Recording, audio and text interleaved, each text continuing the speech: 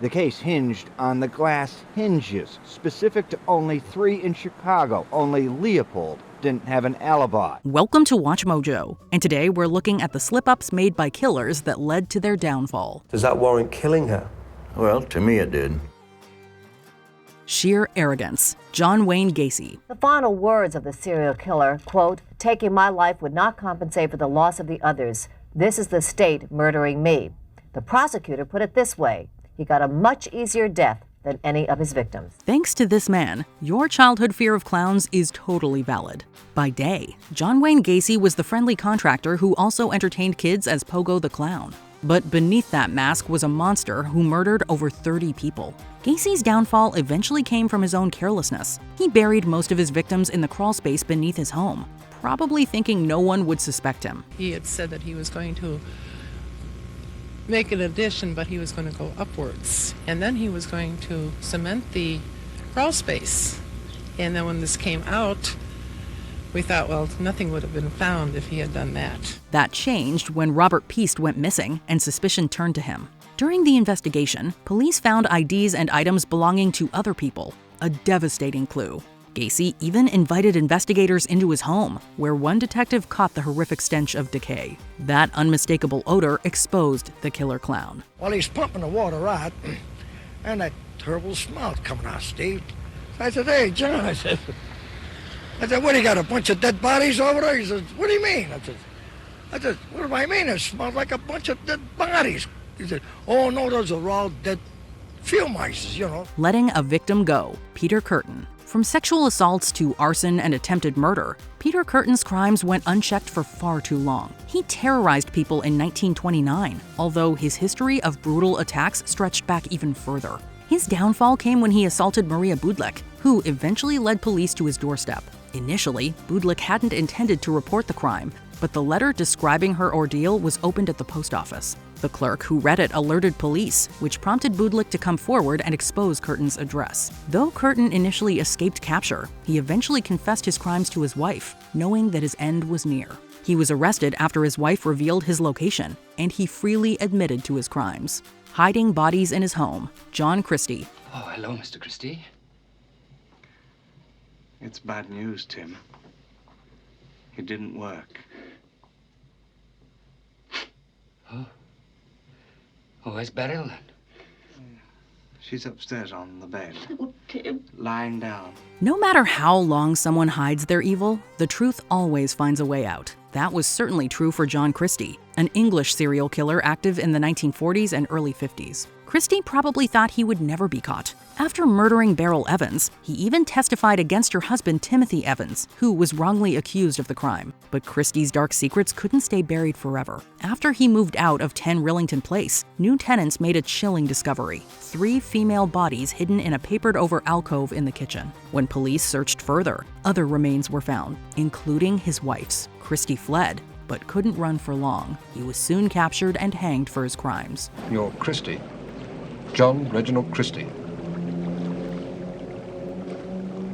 I shall have to take you into custody. Come along. Boasting about his crimes, Richard Kuklinski. I am probably the loneliest person in the world because I have nothing I care for, and I can't make any friends to have any kind of a relationship so I've lost everything. What is it with some criminals and that urge to brag about their crimes?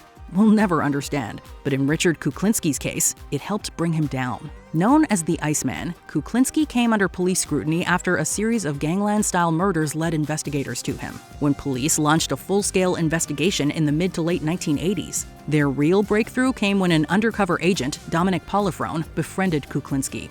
During their meetings, Kuklinski couldn't resist boasting about his killings, even explaining in detail how he accomplished them.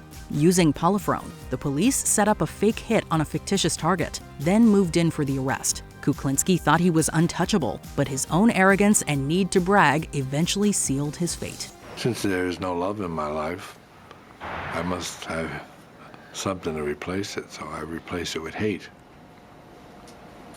Constant hate. Constant reminder to hate. What's that do for you? Keeps my left foot going in front of my right foot. releasing a manifesto, Ted Kaczynski, the Unabomber. He began to write very hostile, angry, resentful letters to our parents. I had a hard time understanding where the resentment came from. Infamously known as the Unabomber, Ted Kaczynski went from a respected mathematics professor to one of America's most chilling domestic terrorists. Despite all his intelligence, it was something as simple as his writing style that got him caught. Ted's 35,000-word manifesto was filled with his usual phrasing, tone, and ideas he used to write letters to family members, especially his brother. The Washington Post published his words only after speaking with Attorney General Janet Reno and FBI officials. The Justice Department hopes to use his own words to lead investigators to one of the most hunted men in the country. I think if he wrote one sentence or 37,000 words, he's revealing more of himself every time he writes anything. When the FBI published the manifesto, hoping someone would recognize the author's writing style, his brother David did. That marked the beginning of the end of Kaczynski's reign as the Unabomber. David alerted the authorities about his suspicions and turned in the letters. Soon, Kaczynski was exposed as the mastermind behind the 1978 and 1995 mail bombing campaign. Prosecutor Robert Cleary. The Unabomber's career is over. Today, for the very first time, Mr. Kaczynski offered to plead to a sentence of life in prison with absolutely no strings attached. Inviting a third party, Ian Brady and Myra Hindley. If Myra Hindley was expecting an early end to her sentence, did she ever talk about that? Oh, as I can see, when I was there, I didn't think she thought that she would get out for a while, you know.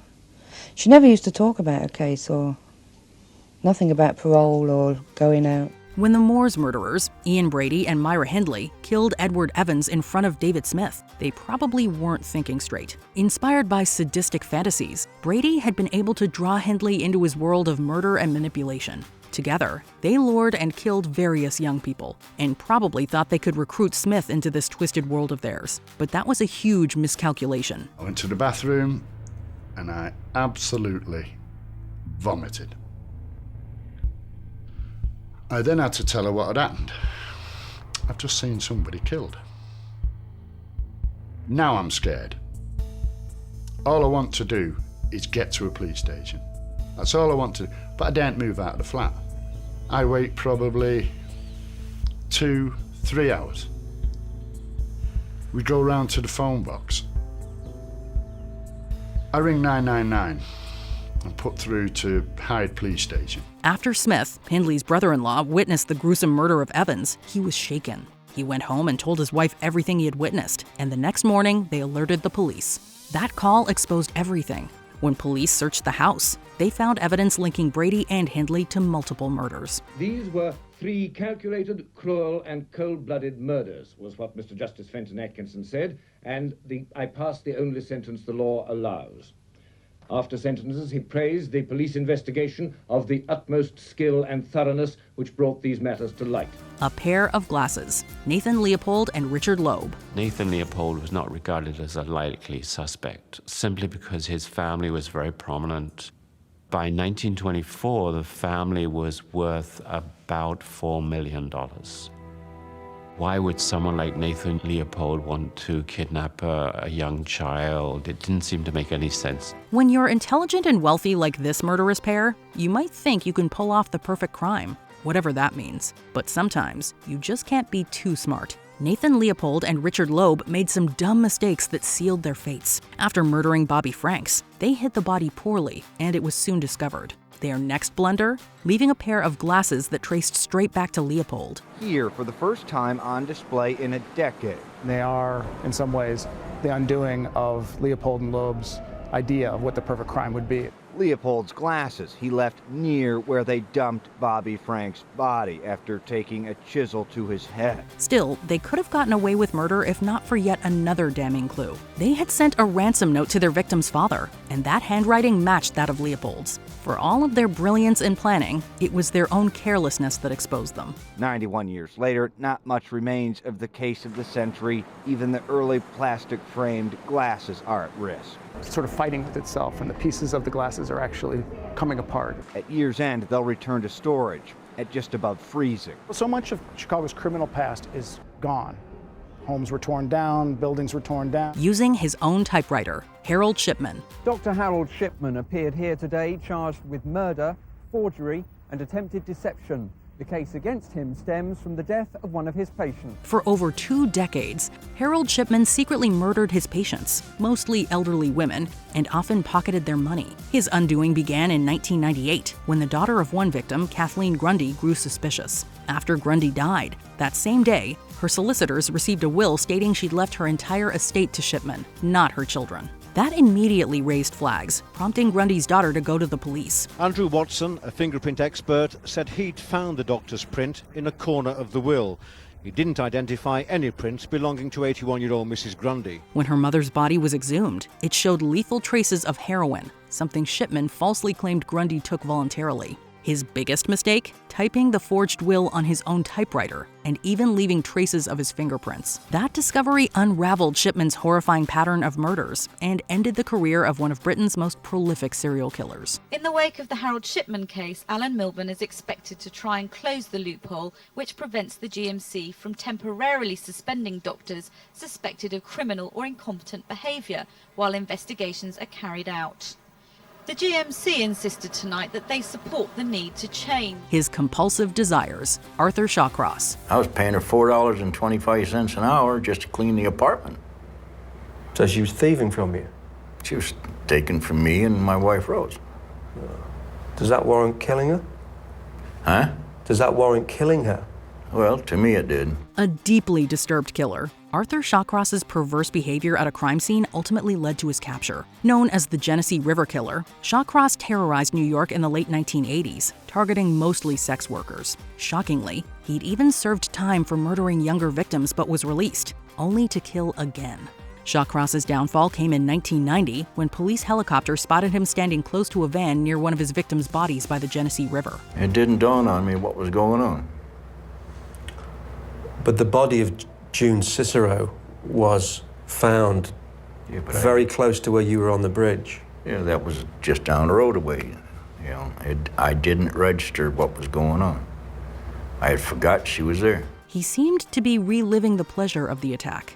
Investigators on the ground chased after his vehicle and arrested him shortly after.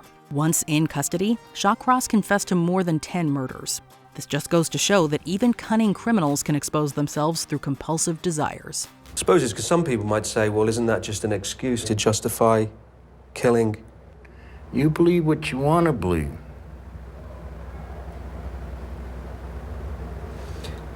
I told you how I killed, why I killed. You don't want to believe it? That's up to you. A detailed notebook, Henri Landru.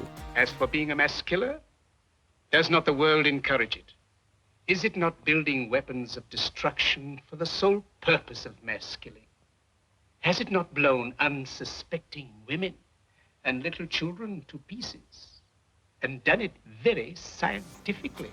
While World War I left many grieving and desperate, Henri Landru saw it as a perfect cover for murder. Disguising himself as a charming suitor, he lured widowed and single women to their deaths, then burned their bodies to erase all trace. Thanks to one particularly determined victim's sister, who kept pressing the police, he was eventually exposed. Investigators later discovered that Landru always bought a return ticket for himself to his villa in Gambais, but only bought one-way tickets for the women he lured there. He never intended for them to return. Another crucial piece of evidence was his notebook, a small ledger detailing his victims and other important information. Though the women's bodies were not found, Landru's notebook helped to seal his fate. Upon leaving this spark of earthly existence, I have this to say. I shall see you all very soon.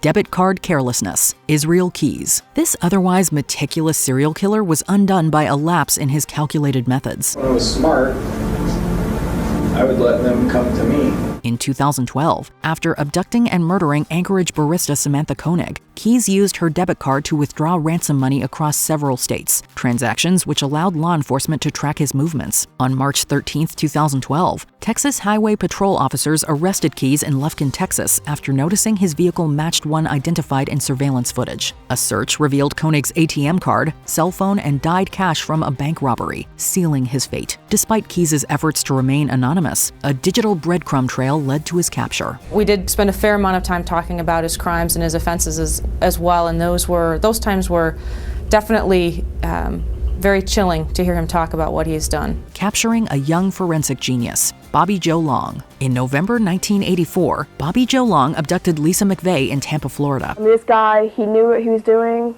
He had me. I could have been dead. I could have been lying down in some ditch or somewhere. During her 26-hour captivity, McVeigh manipulated Long into trusting her, strategically left fingerprints in key areas, and memorized critical details about his appearance, vehicle, and residence. After her release, she provided this information to the police. Forensic evidence, including matching red carpet fibers, linked Long to multiple crime scenes. He confessed to the murders of 10 women and was sentenced to death. McVeigh's bravery and quick thinking were instrumental in ending Long's killing spree, and she'd go on to become a police officer. What he did was horrendous. How he did it, these girls, these victims, didn't deserve to be killed. DUI. Randy Kraft. Known as the scorecard killer and freeway killer, Kraft was apprehended in 1983 during a routine traffic stop in Orange County, California, when a highway patrol officer noticed him driving erratically and pulled him over. Sure enough, the officers discovered open beer bottles in the vehicle. But that's not all. There was also a deceased Marine in the passenger seat, as well as tranquilizers and a list of coded references to victims. Then, yet another stunning discovery in the trunk of the Celica, a notebook with handwritten cryptic notes on as many as 67 victims dating back to the 1970s. This list, later dubbed the scorecard, contained cryptic entries believed to correspond to Kraft's victims. The evidence led to Kraft's conviction for 16 murders, though he is suspected of committing up to 67. They helped convince a jury to send Kraft to death row. And that's where he is still.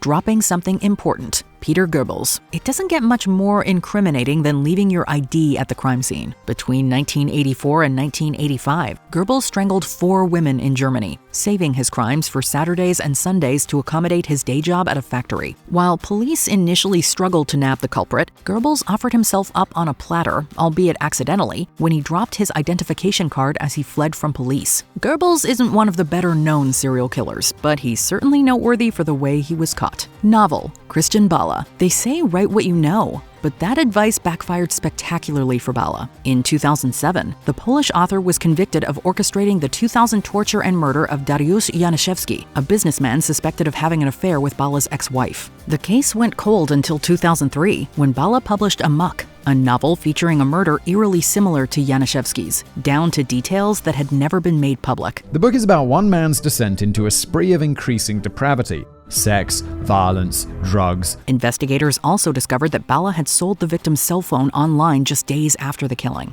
Though the evidence was circumstantial, it was compelling enough to secure a 25-year prison sentence. Bala's attempt to blur fiction and reality ultimately exposed him as a killer hiding in plain sight. The story of a postmodern killer openly boasting about his crimes through his work was too good to ignore, so the place was packed as the trial kicked off. Shirt, Timothy McVeigh. You have no doubt heard of the Oklahoma City bombing, a devastating domestic terrorist attack in 1995. Are there people missing from your office? Yeah, 26. The perpetrator, Timothy McVeigh, detonated a truck bomb outside the Alfred P. Murrah Federal Building in the state's capital, killing 168 people and injuring over 600 more. I intend to recommend to the Department of Justice and the Attorney General of the United States that the death penalty be sought. Just 90 minutes later, State Trooper Charlie Hanger pulled over McVeigh for driving without a license plate. During the stop, Hanger also discovered that McVeigh was illegally carrying a concealed weapon, not to mention wearing a shirt bearing the same phrase reportedly uttered by Abraham Lincoln's killer. He said,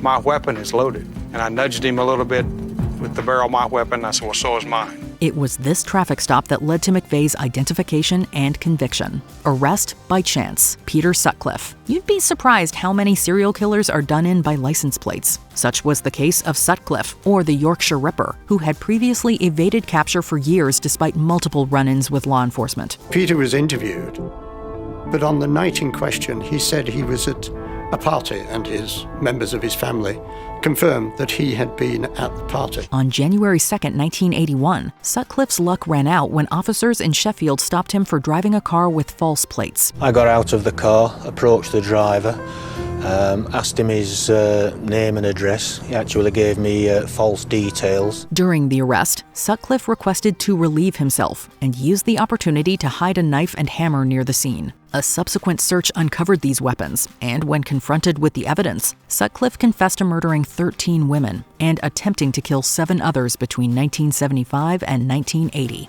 It took away my freedom. It took away a lot of my life.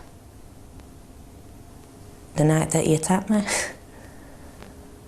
And that I never get back. I'll never ever get it back. Big Mouth, Robert Durst. This famed real estate heir had long been suspected in multiple disappearances and murders, including that of his wife Kathleen McCormick. Now, Janine Pirro can go to the grand jury and say, this person is going to be tried for murder in Galveston. That's going to make it much more likely that they're going to want to indict me for Cassie. But it was the 2015 HBO documentary series The Jinx that brought new evidence to light. In the series' final episode, Durst was caught on a hot mic in the bathroom, muttering about what he'd done. What the hell did I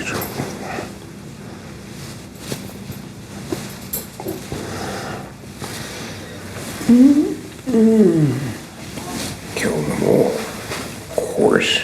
This apparent confession, along with a letter linking him to the 2000 murder of his friend Susan Berman, led to his arrest on March 14, 2015, just one day before the finale aired. We did reach Douglas Durst, Robert Durst's brother, who is now the head of the family's real estate empire. He released a statement that says, "We are relieved and also grateful to everyone who assisted in the arrest of Robert Durst. We hope he will finally be held accountable for all he has done." Durst was convicted of Berman's murder in 2021 and sentenced to life in prison, where he died a year later. Plumbing problems. Dennis Nilsen. In 1983, this Scotsman's murderous spree came to an end thanks to a plumbing problem. The toilets had been blocked and an engineer had been called to clear the drains. Neighbors in his North London apartment complex complained about clogged drains, prompting a plumber to investigate. To the plumber's horror, human flesh and bones were blocking the pipes. When I arrived to Cranley Gardens, the police were unsure of their ground. Nilsen, a former civil servant, had been luring young men to his flat, where he killed and dismembered them, disposing of remains by flushing them down the toilet or hiding them under floorboards. Upon arrest, Nilsen confessed to murdering at least 15 men between 1978 and 1983. He was convicted of 6 counts of murder and 2 of attempted murder, receiving a life sentence. Bad Hair Day. Earl Nelson. Active in the 1920s, Nelson was sometimes called the gorilla killer, not because his victims were apes, but because he sported a stocky build with long arms and sizable hands. Nelson's modus operandi involved renting rooms from landladies, whom he would then strangle. While they were in the house, he tricked Virginia into looking up at the ceiling, and when she looked up, he saw his opportunity and he started strangling her. His comeuppance came when he visited a barbershop in 1927. The man cutting his hair noticed dried blood and scratch marks on Nelson's scalp, and was understandably unsettled. Earl had also stolen several items from various victims and pawned them off, so there were certain items at these pawn shops that were connected to him as well. Only a few days later, police nabbed the gorilla man in Killarney, Manitoba. In January of the next year, he was executed by hanging in Winnipeg. Neville Heath's hotel stay. She met Neville Heath, probably impressed by this military bearing, and he put himself over as a lieutenant colonel. He took her out to dinner and persuaded her to come back to the hotel room. This Brit's killing spree was cut short by one careless check-in. In 1946, Heath, a World War II veteran, developed a strange pattern of checking into hotels and picking up women, 2 of whom he murdered. And he might have gotten away with it, but for the critical mistake of using his real name when checking in with one of his conquests at a hotel. She was a pretty thing. Tall, slender. I think London rather dazzled her. You know these small-town girls. Not quite as you do, I imagine. Though the other times he was careful enough to use pseudonyms, Heath apparently believed that simply adding the military title Lieutenant Colonel to his name would be enough to avoid suspicion. This misguided decision not only led directly to his arrest, but also secured his place among the most incompetent criminals of all time. If they could prove insanity in some form, then actually they stood a lot better chance of being reprieved. Joel Rifkin's missing license plate. Drug-addicted, disease-carrying vermin is the lie I told myself. This Long Island native is currently serving a 203-year sentence for the brutal deaths of at least 9 women, though he actually confessed to several more. Rifkin targeted vulnerable females in the New York City area, typically dismembering them and scattering their remains in rivers, woodlands, and golf courses. They were mini clusters. Little, sets of 3. In 1993, he was brought to justice during a routine traffic stop because he was driving without a license plate. When he attempted to flee, a high-speed chase ensued, ending with a collision. Upon inspecting his truck, officers discovered the decomposing body of Tiffany Bresciani. The moral of Rifkin's story? Never drive without a license plate, or run from the police, or, murder people. Would you have killed again if you weren't caught? As much as I say I wanted to stop, there probably would have been others. Maury Travis's map. We had several theories developed as to why they stopped in October.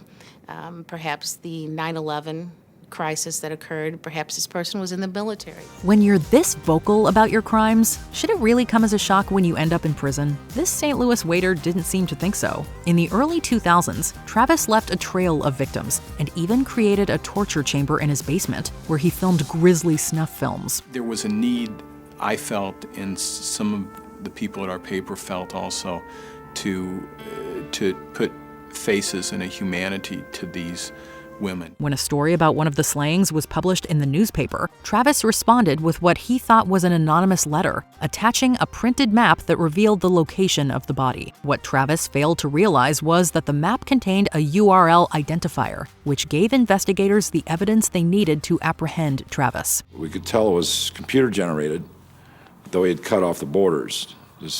And we didn't know what website it came from. Between this and the lovely videos, Travis had a lot of explaining to do. David Berkowitz's parking ticket. David Berkowitz, 24 years old, a postal worker, walked out of his Yonkers apartment last night, turned the ignition key in his car, and found himself surrounded by police. Well, he said, "You got me." Better known as the Son of Sam, Berkowitz tormented New York City in the 1970s with a series of random shootings. Claiming to be in cahoots with a demonic dog, he taunted the police and media with handwritten letters that fueled public fear. One night, Berkowitz parked near a fire hydrant in Brooklyn, which any experienced driver knows is a parking no-no. The detectives of the Brooklyn Omega Squad, part of that 300-cop 44-killer manhunt, captured the man they say is Son of Sam. A witness later reported a suspicious figure near the scene, and police began combing through traffic tickets issued in the area that night. Upon further investigation, they found a rifle and a bag filled with ammunition in Berkowitz's vehicle, leading to his swift arrest and an alarmingly proud confession. Son of Sam killed 6 and wounded 7. How many people do you know, your neighbors, people who might fit that description? Nice, quiet, a little moody, kept to himself. Charles Ing's Stolen Fish. They combust the fantasy because they start saying to each other, what we need is to have lots of children to repopulate the world and make better citizens, a kind of social engineering project. Imagine nearly getting away with multiple gruesome murders, and then sacrificing it all for a can of salmon. With his accomplice Leonard Lake, Ing subjected people of various ages to horrific abuse before taking their lives. They had even created a horrendous dungeon on a property they used in Calaveras County, California. Ing was a very shy person who himself could not have done this, but happily joined the venture so that he would have a chance of the kind of sexuality his shyness made impossible. While on the lam in Canada, Ing, who suffers from kleptomania, shoplifted some canned fish from a department store. His arrest for this offense eventually revealed him to be wanted in the United States. That small theft set off a chain of events that ended his deadly spree and landed Ing on death row. The evidence was so overwhelming. When you consider the fact that you had him on film with a number of the victims, telling them that he was going to kill them, along with all of the other evidence that was found, it was a pretty rock-solid case. Albert Fish's watermark. Known as the Werewolf of Wisteria, the Boogeyman, and the Gray Man, Fish was infamous for his carnage. However, his reign of terror over New York City came to an end with a careless mistake involving a single piece of paper. After kidnapping and cannibalizing young Grace Budd in 1928, he sent a gruesome letter to her family, filled with chilling details of the crime and erratic psychological ramblings. Unbeknownst to Fish, the envelope containing the letter bore a distinctive watermark reading New York Private Chauffeurs Benevolent Association. This small clue led the police directly to the rooming house where he was staying, resulting in his arrest. The Linz Angels' arrogance. The so-called Linz Angels of Death consisted of 4 Austrian nurses' aides who preyed upon the elderly. The women would forcibly cause patients to overdose on morphine and tranquilizers. Other times, they drowned patients by filling their lungs with water. Although the angels claimed they simply wanted to put people out of their misery, it's largely believed they acted out of sadism rather than mercy. To add another layer of disturbing to the story, the angels would likely have gotten away with countless more murders had they not been overheard arrogantly discussing their secret out loud at a tavern. Charles Schmidt's show and tell. Everybody had slept with their doors unlocked and the windows open and so forth. But things were starting to change dramatically. Time for a serial killer pro tip. After you've killed someone, it's generally not a great idea to show off the body. Schmidt, also known as the Pied Piper of Tucson, strangled his girlfriend Gretchen Fritz, as well as her younger sister Wendy in 1965. This was more than a year after he had bludgeoned another young woman named Aline Rowe to death with a rock. Had a fake bridge on his nose where he said it was broken. It wasn't. But it looked good. Apparently unable to resist bragging about his exploits, Schmidt showed his best friend Richard Bruns where he had buried the sisters' bodies. Bruns became frightened and alerted the authorities, bringing Schmidt's spree to a close. Reportedly, his mother chose to bury him here in the prison cemetery, thinking that if she buried him on a public site, his tombstone would be vandalized. Ted Bundy's stolen car. One of his interviews, the interviewer asked him point blank, he said, "Ted, why did you kill?"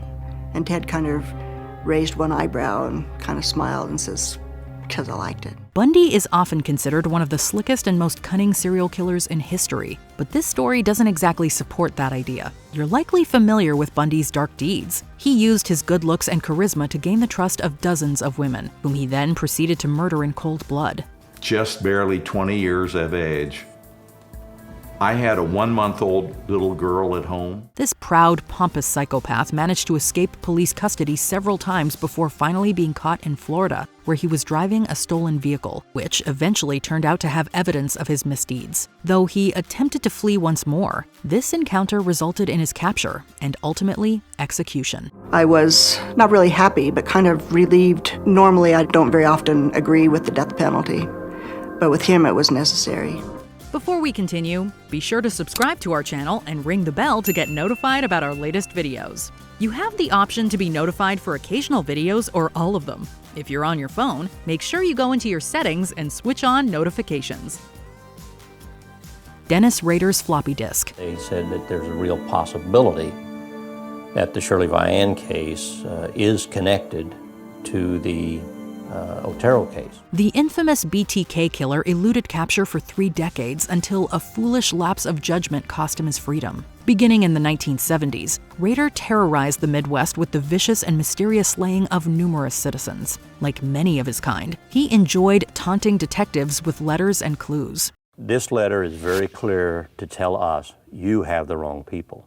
You need to stop looking at them. You need to come back and focus your attention on me. I am the important one. In 2004, after years of silence, Rader asked in one of his notes whether he could safely send a floppy disk without being traced. The police, playing along, assured him it was fine, and he naively believed them. This, of course, proved to be the rookie mistake that finally did Rader in. Police used information on the disk to gain his identity. Sure, you like it. Because I was trying to catch you. I lied to you because I was trying to catch you. And he was incredulous to the fact that I wanted this to end. Who is the most chilling of these serial killers? Let us know in the comments.